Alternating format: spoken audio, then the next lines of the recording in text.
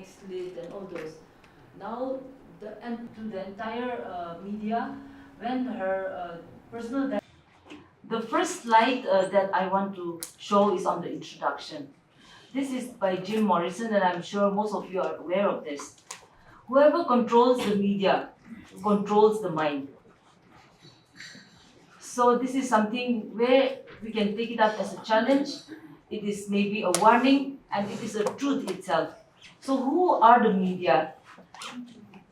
Who are controlling the media? And who are controlling the mind? So the media, are you all? Are you all the one? This Jim Morrison is on the post. Jim Morrison's quotation. Oh, that's why. Yeah, the quotation I have picked up from. I don't know the background about this person, but you can just Google and see the background of this person. I just picked up this quote because I really felt that today's topic and this particular quotation is in cohesion with each other. So when we talk about media, and whoever controls the media, and the media are the ones who are controlling the mind. So when we say media, it is you all, and it is from you, it reflects what the society is and how and what people think about. You all reflect the society, and it is you all only who shape the society. The perception and even the behavior also, not only the perception and thoughts, but behavior is being shaped by the media. That's what I feel. And I find that this quotation is something which is very catchy, and at the same time it is reflecting the media people. Okay, now when you frame issue, how do you frame the issue? A particular story comes about, maybe of corruption or some crime happening. Let's take the example of a child. The child is an accused, or the child may be a victim. So how do you frame the issue? The issue may be framed in a positive way, or in a negative way, or it may be neutral, or it may be emotional. So then so much depends on the media.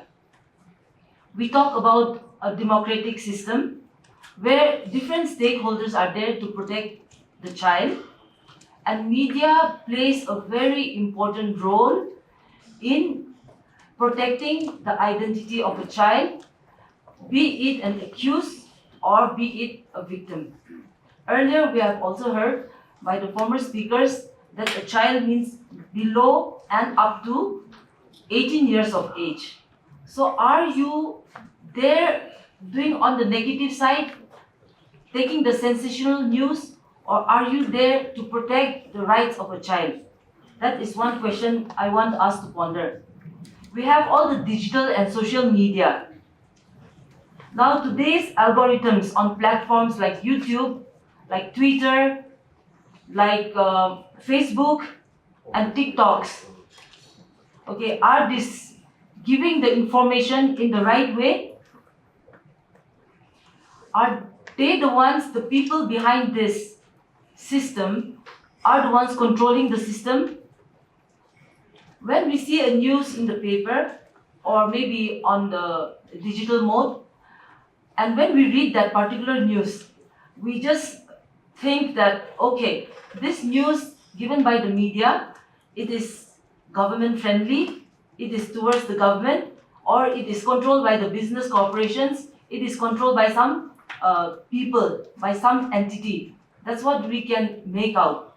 But whether the media is playing its corrective role of giving the proper information or disseminating the correct information to the public. Now, coming to the child rights and child protection, who are the most vulnerable section of the society, the media plays a very important role, and the influence which you all give is going to impact the whole society. When we look into the privacy rights and emotions of a child, now whether the focus of media is towards the actual child rights or exploitation. Is your interest only towards focusing more on the sensational news, the local perceptions of headlines, which are Alice has already mentioned when she was speaking on the welcome address. Are we looking on those things when it comes to a child? Be it the child who may be an accused, or be it a child who may be a victim, a juvenile. Okay, in the real sense, in the legal terms, we call it juvenile. I want to deal with the international law and guidelines. Now, when we come to these international laws and guidelines, India is a signatory to the UN Convention on Rights of Child and also of UNICEF. So UNICEF is guided by this UNCRC. Okay, so because of this, since we are a signatory to this, we follow whatever guidelines are being laid by that, and that is how the different laws have come into our country. Now, when we deal with the UNCRC, I would not go into detail, but some of the most important things when it comes to this are the non-discrimination. It looks into the best interest of a child, which our law also have been able to implement. Right to life, survival and development, right to be heard and participate. So these are some of the few tips. Then when it comes to the UNICEF, under UNICEF also all the various programs we carry out. So like to respect the dignity of the rights of a child, pay special attention to child's privacy or confidentiality while interviewing or reporting on child, then protect the best interest of child, more or less the same thing which the UNICEF is following. Then give due weightage to the views of child as per age and maturity. Consult those who are closest to child's situation and best to assess it about political, cultural, social ramifications of any reportage, and not to publish anything putting the child, his siblings or peer at risk. So the international law and the guidelines are showing that. Now when we come to our domestic laws, earlier also some of this have been mentioned. We have the Juvenile Justice Care and Protection of Children Act of 2015, and the relevant portion for the media is section 74. Then the Press Council of India Act 1978. Then we have the Indian Penal Code 228A, but now we have the Bharatiya Nyaya Sanhiti, BNS we call it, that is under section 72. Then the Cable Television Network Regulation Act. Then comes the POCSO, Protection of Children from Sexual Offence Act. And earlier, our earlier speakers have also mentioned about the IT Act and also on Child Labour Act. So these are some of the domestic laws that we have. Firstly, the Juvenile Justice Act, which is very important for all of you here. I would like to just, if I don't show it physically, then I may be misquoted, or maybe I will be quoted. I'm just joking. But then I'm also having a time where I'm wondering whether I will be quoted correctly or I will be misquoted, or maybe some live checks may be going on. So if we look into this section 74, the prohibition on disclosure of identity of a child. Okay, so this becomes very important for all the media personals, and no report of any newspaper, in any newspaper, magazine, news sheet or audio-visual media or other forms of communication regarding any inquiry or investigation or judicial procedure shall disclose the name, address or school or any other particular which may lead to the identification of a child in conflict with law, or a child in need of care and protection, or a child victim or witness of a crime involved in such matter under any other law for the time being in force, nor shall the picture of any child be published, provided that for reasons to be recorded in writing, the board or the committee, as the case may be, hold the inquiry, may permit such disclosure if in its opinion such disclosure is in the best interest of the child. Then the subsection 2 says the police shall not disclose any record of the child for the purpose of character certificate or otherwise in cases where the case has been closed or disposed of. And number 3, any person contravening with the provision of subsection 1 shall be punishable with imprisonment for a term which may extend to 6 months or fine which may extend to 2 lakhs or both. So this is one provision which is very important, and I'm sure all of you are aware of this provision, but I would like to also reiterate on this provision that it is very important to protect the identity of a child. To protect the identity, the child has his own rights, so one should protect that. The most important thing is child in conflict with law. That means the child is a juvenile, the child is an accused. The child in need of care and protection. That means the child may have been abandoned, or the child may be in adoption, the child may be in the shelter home. So child means we all know below 18 years or up to 18 years. So then, or a victim of a child victim. Maybe in a rape case or in some sexual assault, or some cases an offense has happened to the child. Or when we say witness of a crime, now a child has been victimized, or it may be like a case which has happened to an adult and a child is a witness in the crime. So the child also should not be revealed. The child said this, or the name, the school, the identity, the family members, all these things are restricted under this act. So this provision is very important for you all to always have in mind while going out for your media reports or while you do your journalism. These are some of the things which you have to keep in mind, that the child is protected either if the child is an accused, or even if the child is a victim, or even in that case a witness in a particular crime. Otherwise, the punishment is there, 6 months or fine up to 2 lakhs or both. We can discuss further that one later. Then when we come to the IPC, the Indian Penal Code, section 72 is also there, where section 72 also has clearly defined about the child. So here the child cannot be victimized or stigmatized also when it comes to the child dealing with the sexual offense under this act. So section 2 to 8, you all need not know the provision, but then what is there in the provision is most important for you all to keep in mind. Now the next is the Cable Television Network Regulation Act. Here the important thing is the child's welfare. So when it comes to child's welfare, so publishing or showing all this also entails punishment, which is a more greater punishment, which is up to 2 years or up to 5 years if the offense is repeated. Okay, so in any way, in any programs or any advertisement, the child should not be denigrated. Now, coming to the Protection of Child from Sexual Offence Act, this is a very serious offence, and many cases are rising in our state, and it is a very, very serious thing that we are very much affected while working in the court. There are so many cases which are some cases are really unbelievable. Some cases which we hear happening in mainland or in other parts of the state, but here in our own state it is happening.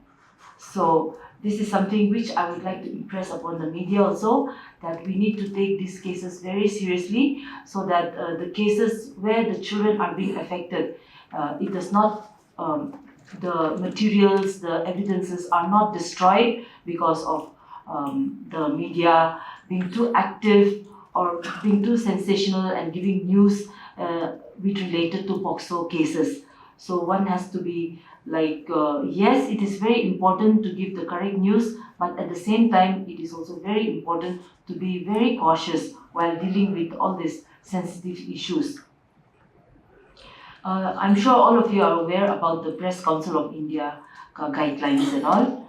So if you want me to touch a bit on that, I can just touch and go with this regard. So involvement of children in news, programs, documentaries must be justified, it is saying, even in the guidelines. Then the child's anonymity for life, this is also very important when the child is a victim in rape or other sexual offences or trafficking, drug substances abuse, organized crimes, and children in conflict, in the armed conflicts, or a child, earlier I said, in conflict with law, or a child in conflict with law and the child witnesses. These are all very important to have anonymity when it comes to all these cases. Then also the right to privacy, right? And the child should not be affected in any way because the child may undergo anxiety or trauma or stigmatized.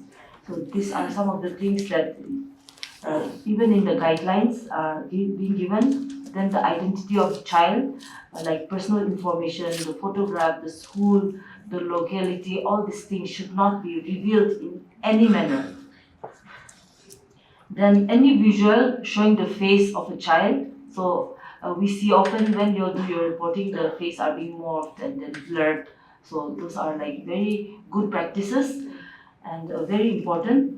And the media shall not sensitize the issues or stories relating to children. And then while interviewing the child, earlier we have heard the former speaker also about like consent, which is being given by the child. But then when we talk about consent, it is irrelevant when it comes to a child. Okay. So the child may give consent, but it is illegal, it is irrelevant. And many Supreme Court cases also are there where these are being heavily being told also in the judgments that this should not be there and it is considered illegal. Then another thing will be to protect the child from unsuitable content with the right to freedom of expression and right to know. Then the media should promote child rights to information and freedom of expression. Now there are a few case laws which I have just shown. This is one case law which I thought will be important for all of us to engage our mind in. So this, all of you must have heard about this Arushi and Hemraj double murder case, right? Now, ultimately, nothing could be proved in such a case. Now the girl is 13 years old, and Hemraj, who is the house helper, who lives in the house, he is 45 years old. Then this incident happened sometime in 2008. If I'm not mistaken. Yeah. So this is a very serious case where the media also started its trial, and the court, before it could actually start the trial,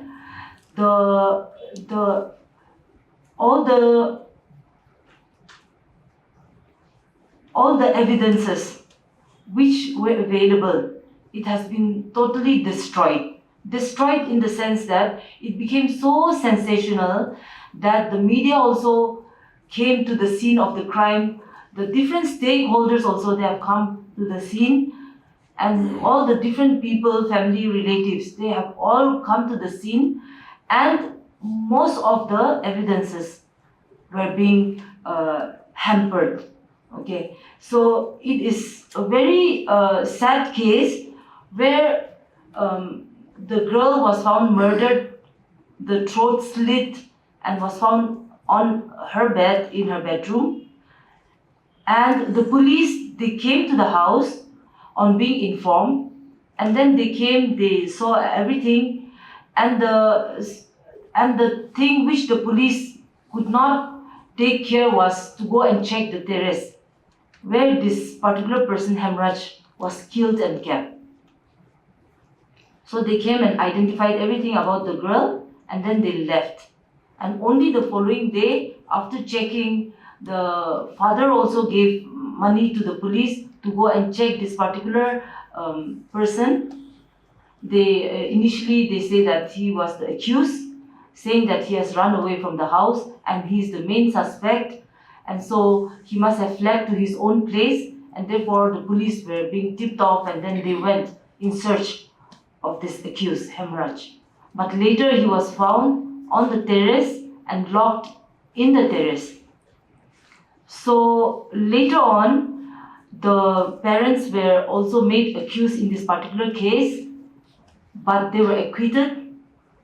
Then there were some people who were also involved, they were also arrested, they were also made accused in this particular case, but they were acquitted. So now what happened was, coming to the point, now in the media, every detail about the child was being published. Okay, her identity was being published, even her personal diary, the SMSs that have been exchanged, the emails that have been exchanged, all these things were being put in the public. And therefore, the identity of the child could not be covered. One is not supposed to disclose the identity of the child, but in this particular case, everything was being revealed. And so it has become a very unfortunate case where no lead, no nothing could come about in this particular case, and the closed case was just an open and shut case. So leaking private information, it violates the Juvenile Justice Act, it also violates the POCSO Act. Okay. Now the character assassination part on the child, the parents, then the victim turned to accuse. Arushi also, and at the same time Hemraj also, both of them. But Arushi being the minor, 13-year-old, the victim became the accused in this particular case because everything was being revealed about Arushi. Now the public perception and the justice based solely on media coverage. So everyone waiting for the information every day about what is going on in this Arushi and Hemraj double murder case. And then the media is giving all the information every day.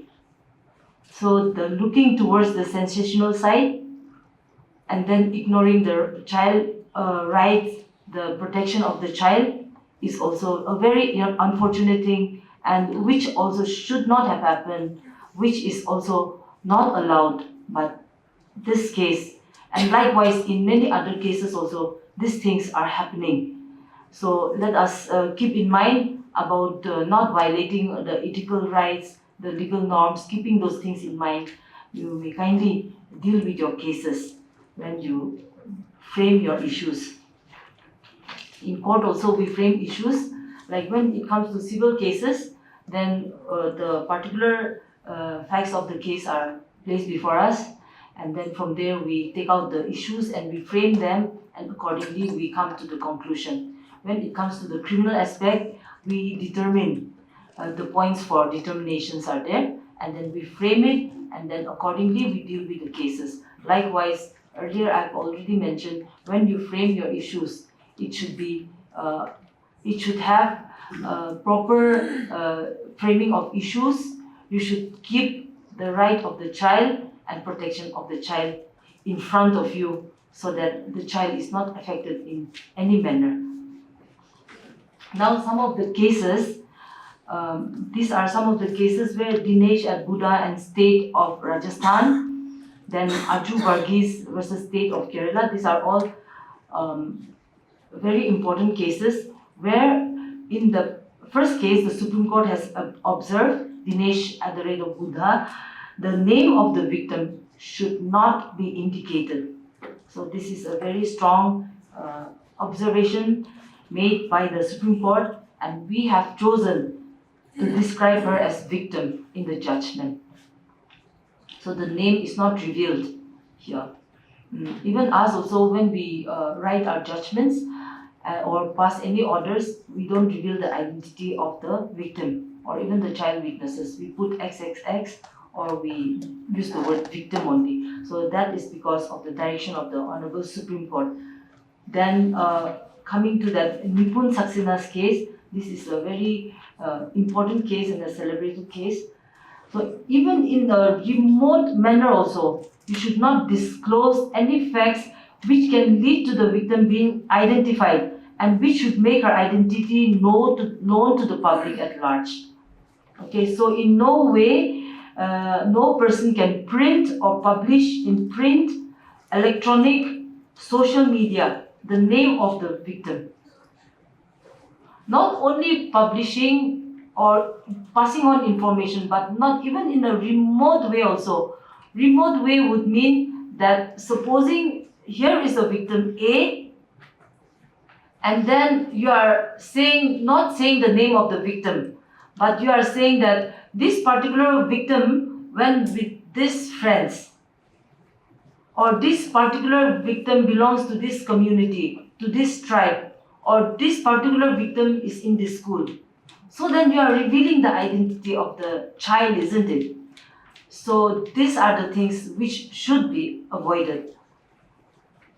It is very important to always keep at the back of your mind not to reveal the identity of the victim even in a remotest way also. Okay. Now, where the victim is dead or of unsound mind, the name of the victim or her identity should not be disclosed even under the authorization of the next of the kin, unless circumstances justifying the disclosure of her identity exist, which shall be decided by the competent authority, which at present is the sessions judge. Okay, so here to explain it further, like supposing a child is being found dead, or the child is having unsoundness of mind, and then it is not possible to find the identity of that particular child. So sometimes we see on social media also that a child, the face, everything is shown because the child perhaps had run away from home, or no one could find about the child because the child is mute and unable to express, or the child is unable to communicate about her home or his home or in any way. So then the photos are being flashed. So that is, yes, the right way to do it. Then only we are able to identify that this child belongs to this family, and therefore the child has been sent back to the family, or the child is in the shelter home, or things like that happens. But if the identity of the child is known, then those photos should not be circulated. But if it is not known, then it is legal to do that. So here, the disclosure also, it needs to be taken permission for the disclosure of the identity. So unless circumstances justifying the disclosure of our identity exist, we shall be decided by the competent authority. But here we are also, law is now coming very heavily on each and every one of us, be it any person in the government sector, or be it in the different sectors, the media or the judiciary, or any person for that matter, citizen of India. All of us are required to know the law, because we are all aware that ignorance of law is not an excuse. Okay, we cannot say that it was a bona fide mistake, because mistake has already been committed and the child's identity has been disclosed. The child is the victim of crime, and the child's protection is being affected.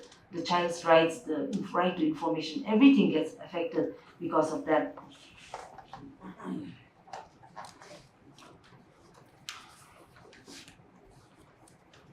Sakshi's case, though, it is like just for certain procedural safeguards is there.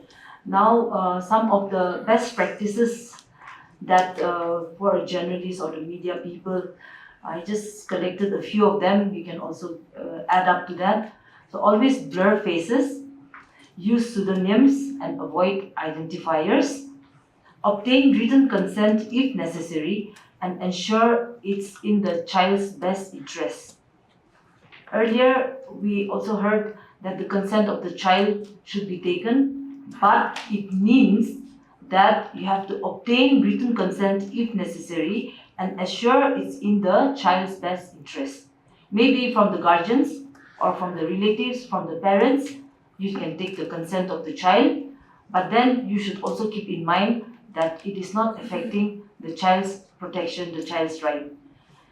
Use child-friendly language and dignity-focused framing in stories. So when you frame your stories, it is very important that you all are disseminating information, you all are disseminating the correct stories, the correct picture to the public at large. So it is very important to keep in mind that you are using the child-friendly language, and you are also focusing on the right issue while framing your stories. Focus on dignity and solutions, not sensationalism. and then ethical reporting becomes very, very important. Now, collaborate with legal and child rights experts when covering sensitive cases. Yes, sometimes the media is not expected to know each and every detail or the legal aspect also. So while doing so, when it becomes a very sensitive case, then it is very important to collaborate with the legal experts, to collaborate with the child rights experts. We have the commission here, we have the legal services authority, we have different bodies who can help out. So in this line, it is important to take assistance and collaborate. Now, the coverage on child-centered news. So are you focusing only on the consumer choice or also on the interest of the child? So the best interest of the child is very important for you all to keep at the back of your mind when you are dealing with a case, victim, a child who has been sexually abused, or a child who has faced sexual assault or aggravated sexual assault or rape, all these things. So it's very important that you must always keep the best interest of child. Then you have to provide child-oriented news contents, just a kind of practice for you all. Then develop interest. Now for the children, are we also taking care of the children's education or the right to information for a child? This is one thing I also want to impress. Like when in the newspapers, whether a child is taking interest in reading the newspaper. So in order to generate that, it is also important to give some very interesting news of children, which will be able to give a right sense for the child to read newspapers, to engage children and youth, because they are the future population of ours. So this, I also want to impress upon you all to provide news which will gauge the interest of children, because the children also, the guidelines which I have also mentioned earlier of the Press Council of India, one of the guidelines is right to information of child, to get proper information suitable to them. So this is also one of the areas which the media also, if it is covered, it will be of great help. Already mentioned, so we are coming to the end. We just want to wrap up some of the legal rules every journalist must follow when covering children. We have already seen not to publish child's name or photo in sexual offense cases. Like I said, the penalty is up to 6 months imprisonment and fine. Then not to reveal the identity of the child in conflict with law. So in the JJ Act, the penalty is up to 6 months imprisonment and fine. Not to share or circulate child sexual abuse contents, even if it is for awareness. Earlier, the earlier speaker has mentioned about section 66E, privacy of child, and 67B, IT Act. That is the penalty. It's up to 7 years with fine. Then to obtain written consent from guardians when interviewing or filming children. So do ensure the child is not portrayed in a demeaning, exploitative, or dangerous ways. So we'll collect the suggestions later. And so we come to the conclusion. So now do you believe whoever controls the media controls the mind? So that is the short presentation that I would like to give, and we can have an interactive session where the commission members are here, the chairperson is also here, and then Nityo Koza, earlier I have not introduced her. She is an advocate practicing in the district court and the high court, and she, I think some of you, can you please stand? Yeah. So yeah, she is an advocate, and she also takes great interest in child rights and child protection, and she has been dealing with all these cases through her public interest litigations and other cases as well. So she can also give some inputs, and if any other lawyers are present, you can also share your inputs. So my trial begins now. Thank you so much. Yeah. The first question is in respect to how do we as citizens report cases when we come through? I mean, in our daily lives, is there a government procedure or mechanism where we have to report first here, or how do we escalate the issue? And second thing is with respect to all the laws that have been passed in the Indian government, and we also have our customary laws. So they do come into conflict many times, and we have seen that in our state, many such cases just go as settled under customary law. So, what is your advice to the general public in such cases and situations? Okay, so the first question is, like when a case comes to you, then the first thing that can be done is report to the police. So we have this special juvenile police unit. Since we are dealing with children issues today, so then it can be reported to them. Every police station, they have a special juvenile police unit. And even if not, also you can report to the local police, because they are the investigating agencies. So the best thing will be to first report to the police. Then the police, they have no other way than to take it as an FIR. It can be a suo motu FIR, or they may also want a complainant in that particular case. But then the cases can be taken up as suo motu. There's no way that the police can deny of taking that particular case. I would also like to add that in a case like where you don't want to show your identity, but you still want to complain about the occurrence of that incident, you can always call the 1098 child line, so you can complain, like file a complaint in that toll-free number. Yeah, that's very important. Yeah. It has become very helpful, the 1098. I remember one case earlier, which is already a settled case, which is already judgment has been passed in that in that particular case, the mother had gone for some legal awareness program and then some sensitization program, and she knew about this 1098.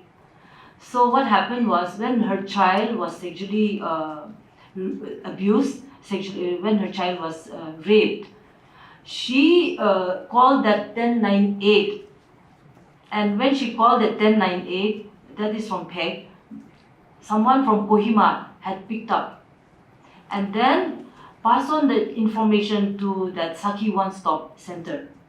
And that is how this particular case came to light, and then they were able to go to the police station and file the case. So this 1098 is something which is like very, very helpful to the public, and this is something which I feel every person, every citizen should know about this particular helpline. With due permission, I think supplementing to what they said, and also with regard to your question, the law does not prohibit that the media should not cover the story. It's not like that. The core issue that is laid emphasis on the privacy of the victim or a child who comes in conflict with law. Okay, so you can report, but the identity should not be revealed, so that respecting the reputation and privacy of the child, be it the victim as a witness or a child offender, a child who comes in conflict with law. Because the sense is that the best interest of the child should be considered. Okay, there are instances why this emphasis is laid is because sometimes as victim, sometimes as a child offender who comes in conflict with law, their reputation is scarred. The reputation is scarred.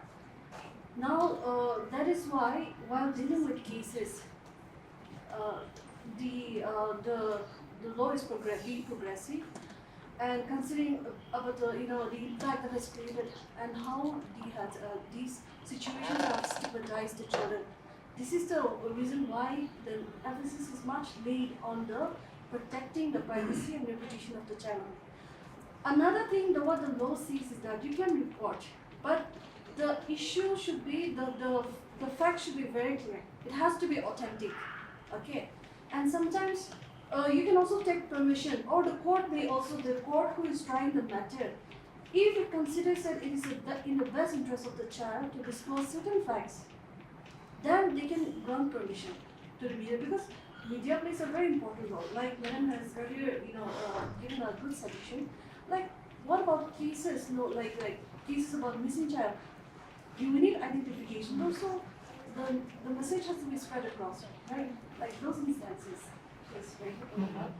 So in those cases, yes, that can be involved. That can be, the identity has to be, made known, so that we, informants can, help the case, right? So best interest of the child has to be considered. And yes, no bar on the reporting, but identification is prohibited. Okay. And media plays a very important role, because sometimes it may so happen that investigating agencies or the other agencies who are supposed to be delivering justice, the justice delivery mechanism, may not be taking things very seriously. So here your role comes to put pressure, to put positive pressure. Coming back to the earlier question, which was posed, what does the POCSO Act says about compromising? Okay. So this first question is satisfied, or if anyone wants to add anything more in this particular question which we are deliberating upon. Okay, so when we come to Article 71A, which comes in conflict with the regular laws, we are talking about that. But when it comes to these child victim cases, the child offences, there is no Article 371A. Yeah, there's a provision even in the CRPC also, that even if the particular body, they give their judgment, or they give their verdict, still it has no sanction. There's no legal sanction. Okay, the legal sanction are the laws that we have, be it the POCSO or be it the Juvenile Justice Act. We have to comply with that. And then we have the BNSS, now IPC, CRPC. Those, we follow those laws. So those are like in spirit and in letter, it is applicable in the state of Nagaland. And there is this judgment of 2013 of Guwahati High Court, which is also in place, where like the regular courts, like the district and session court or the judicial magistrate first class court, these regular courts we call them, these are also any law which are being followed anywhere is applicable, because now these courts are in existence now. That means, madam, like a judgment passed under customary law Yes. are null and void. In the sense that if the cases are being filed through the police, if it's a police case and it comes to the court and the court is dealing with it, but at the same time in the customary they are dealing with it, so then yes, definitely the cases which goes to the customary, which are dealt by the court, it will be dealt by the court only. But if the customary, in their own customary way, they want to deal with the cases and the cases are not brought to the court, then they deal with the cases likewise. But then what I'm saying is it has no legal sanction. Can a customary court judgment, somebody not satisfied with the customary court? Appeal against it. Yes, it can be appealed. See, when we deal with the civil cases, okay, there are we have the village courts, we have the customary courts, we have the village council, the KHEL, in the KHEL also they discuss all this, the Dubashi courts and all. So the civil cases dealing with the land, property and all those are dealt with. But when it comes to the criminal aspect, except for petty offense which are dealt by in the village, at the village level, all the criminal cases are to be dealt with through the police and in the court only. The criminal offences, which are cognizable offences. We have been talking about not revealing the identity Of a child. or maybe someone coming after the law. But some regular offenders, or maybe a child, he or her maybe a regular offender, what about reviewing their identity? Maybe it might become necessary that they are regular offenders or any kind of criminals. So we want to expose them. Can it be done? See, if a child is below 18 years or up to 18 years, then the law covers them. So whether it is a repeated offender, whether it's a single repeated, still the law is not saying that if it is a repeated offender, the child's identity should be disclosed, right? It is very clear that the child's identity should not be disclosed, whether it's repeated or it's single. It should be protected. So when covering these stories related to children in conflict, how much information is permissible to reveal? Like you've mentioned about not revealing their private information, including their addresses, their family, all those, but what is permitted? See, if it is in the best interest of the child, or like if it is a kind of a story where it is going to impact the society, like the offense, the accused has committed such an offense on a particular person, right? So then the highlight should be on the accused, isn't it? Because the accused is the one who has committed the offense against this particular child. But now what is happening is, instead of going that way, sometimes it may so happen that the victim's identity, everything gets revealed.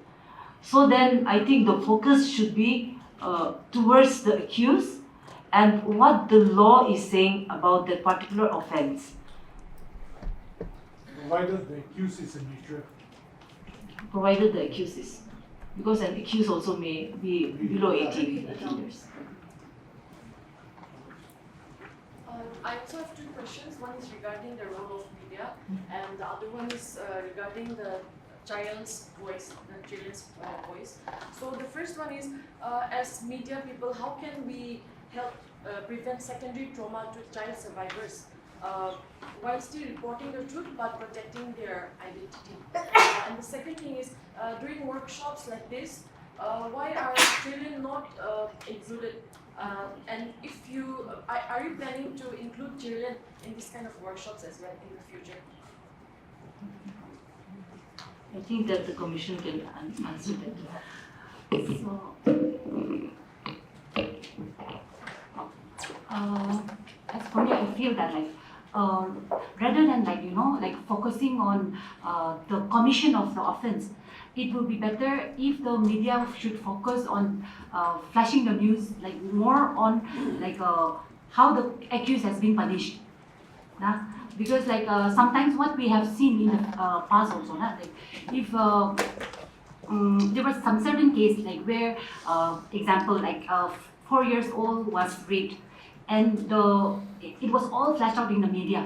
So in within a span of 2 months, the continuation happened, even in the other districts. So maybe some of the offenders, they may be of the mind that I'm not the only one who is thinking in that way. So they get encouraged maybe. So we were also thinking like that. So it's better if the media, you can flash out more on the punishment, how the accused has been convicted, rather than the initial part. The second question can you Why To children include are that.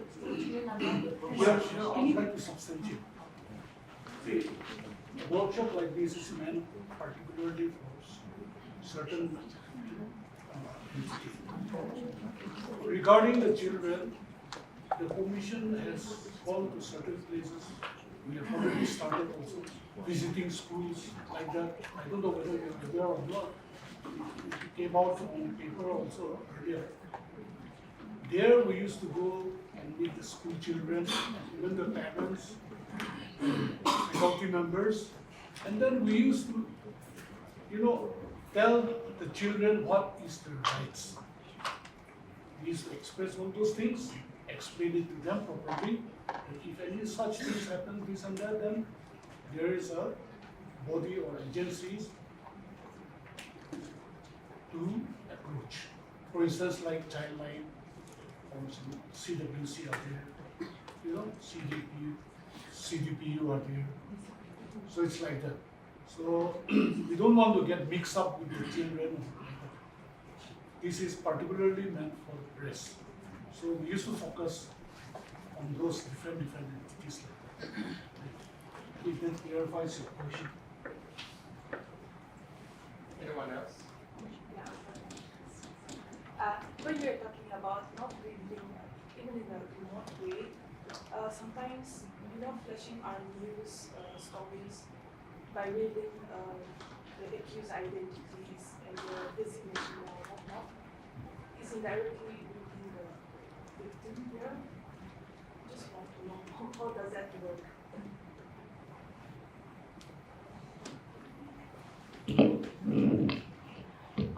It may depend on how the identity of the accused is also revealed, isn't it? Like supposing the accused has committed an offense, and let us take an instance where the accused entered the house of the particular victim and committed the offense, right? And then the accused so and so has committed the offense by entering into the house of so and so in the colony of so and so. Then that means like you have completely revealed the identity of the victim, right? So then those kind of things, but revealing the identity of the accused, yes, definitely the identity of the accused or the picture or this thing, someone who has prima facie committed an offense, definitely should be made known, so that such deterrence should be there, that this particular person has committed such an offense and is undergoing trial or has also received punishment of this nature or that nature. But then when you reveal the identity of the accused, but the circumstantial evidence should not also lead to revealing the identity of the victim. So when it comes to child, then extra precautionary measure should be taken by all of you. I have Okay, sorry. Yeah, in the one of the recent case, like the identity of the child, like the news channel did not mention the name of the child, or did not reveal the colony or the village where the victim resides. But then they were taking an interview with a relative. So it's the way like the interviewer was asking question was putting words or like leading questions, which was indirectly revealing the identity. Like itu baca doko te pure na. So he or she is not revealing the school of the victim, the journalist, but then was in fact like putting words in the mouth of the relative. So the relative, he mentioned that like itu baca itu school de pure, itu school dese, plasma dese, next year last year itu the school de tagishe, this year itu school de agulese, itu class de agulese. So indirectly or indirectly they are revealing the identity. Even if the media person, they are not saying a word, but at the same time like putting the leading questions. So this should also be avoided. Nah, I hope, because sometimes an occasion like that where in the unguarded moment of the people who are being interviewed, it may just blurt out. So maybe media have to play a greater role in taking care of the identity of the child. In such cases, who can complain against the media? Will the commission take action against the current media? Yes, actually, like the commission is also vested upon, like we have been vested with sumoto power, so we can also call up the media person also, or we can also like at the same time like file a case before the if it's against a child victim, the special court judge can also take action. Hypothetically, if the sexual offender is a close relative, say a stepfather or a cousin or an elder brother, do we mention the accused name? Because it does not reveal the identity of the child. Correct. So how do we go with that? Actually, so far coming to those issues, like we have also not, there are no laws saying that the identity of the accused should not be revealed. And even Supreme Court has also not brought out any this observation with regard to that. Do you have any knowledge about that? So then maybe like it is most important to not mention that the accused is the relative of the victim, right? This is the accused. The accused has committed an offense upon XX or the victim. But Yeah. just going over more sensational, I mean, more sensational with this like a Yeah, so incestuous offense. No? yes, correct. So yeah. So without taking names, you can, report incidents. It will be more strategic You because mean to say that the accused is A close relative or close father. relative, but it's not a minor. No. He's an adult, like a. The accused is an adult. Yes, yeah. Then I think in such cases, so I think it can be revealed. Yeah, there's no As law long as that the accused is not a minor. But Yeah. the identity of the victim, you know. So when we go for reporting, okay, our name is understood.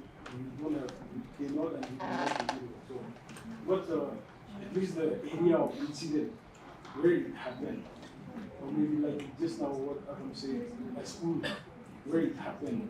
So I think ultimately we end up reporting all those things correct. many a times, and it has to go with the reporting also, you know, that it happened in such and such school, at such and such place. Those things also we have to do. Otherwise, just writing incident happened in Kohima, I think that becomes very vague, you know. So how do, because ultimately if we say about the school, place, colony, home, it reveals the identity of the child ultimately. Kohima is such a small, in fact, Navajo is such a small place that everyone can identify, oh, it is Manula, isn't it? No? So how do we go about it? So now here, when we talk about the POCSO or JJ Act, now it is saying that the victim's identity, the name, the school, itu kan reveal na reveal was na. So then itu kan the victim, maybe like the incident happened in this particular school, but then now when you say school, then tade in this particular school, how it happened, itu kan tu jai jabo na. But then of course the law is not saying that the incident happened in this particular colony. Itu kan tu nakowi inga tu nakowi tu na.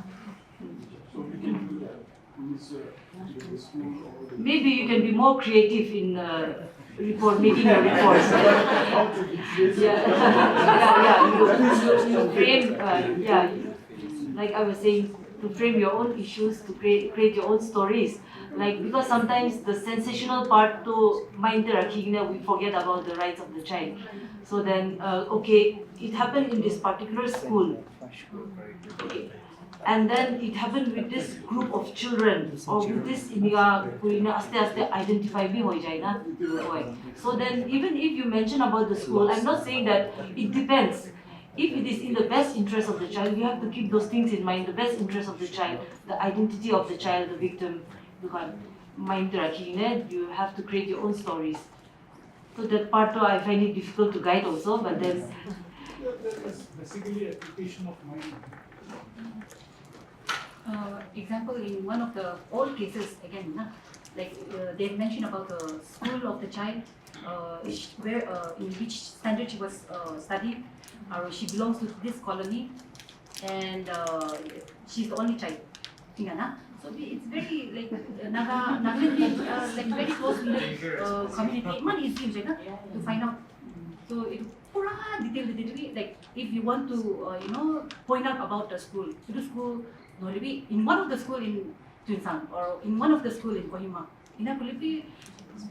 people get the news, like school like the incident from like the principal like the school like the school like teacher like that if you are mentioning about the school, don't mention about the class or the age of the child. Madam was mentioning, you are more creative in that age, so it's not a research apply your mind. I don't know how to say that. Has the commission taken up any the cases in social media posts? No, like in one of the recent case, we were thinking like we should, like because like the media, some of the channels were revealing the identity of the victim. So we thought like on our part, we should have this kind of workshop first, and then itu koyapchide like maybe later part, to repeat we have no other choice than at least we want to do our part in sensitizing the media as well before jumping into like etana. Mami itiahe like all of active for anishna. So inga latande George lesto manigi case ko lesto moto dine berole monai. So we also was thinking in that line. So after today, like in a incident, maybe we will not think twice to like sumoto case law. One of the questions put up on one of the media personal. Okay, I just want to substantiate what our chairperson has said. We have all this legal sensitization and legal awareness programs when it comes to children, like child rights, child protection, under POCSO, JJ Act, or even with regard to that bully cases and all. In fact, we were trying to cover some of the schools by saying to be a buddy and not a bully kind of thing. We were trying to sensitize the children. So we used to go to different schools, different colleges, and the minor children, and we try and we let them know about their rights and the awareness part about when it comes to all the sexual offense and all those. So in that way, the Legal Services Authority in the various districts and even at the state level, we try to reach out to the schools and the children. In Church Kandivi, we take the platform and tell the Sunday school children, and at the same time we tell the parents also, and in the school to the teachers and to the children that we create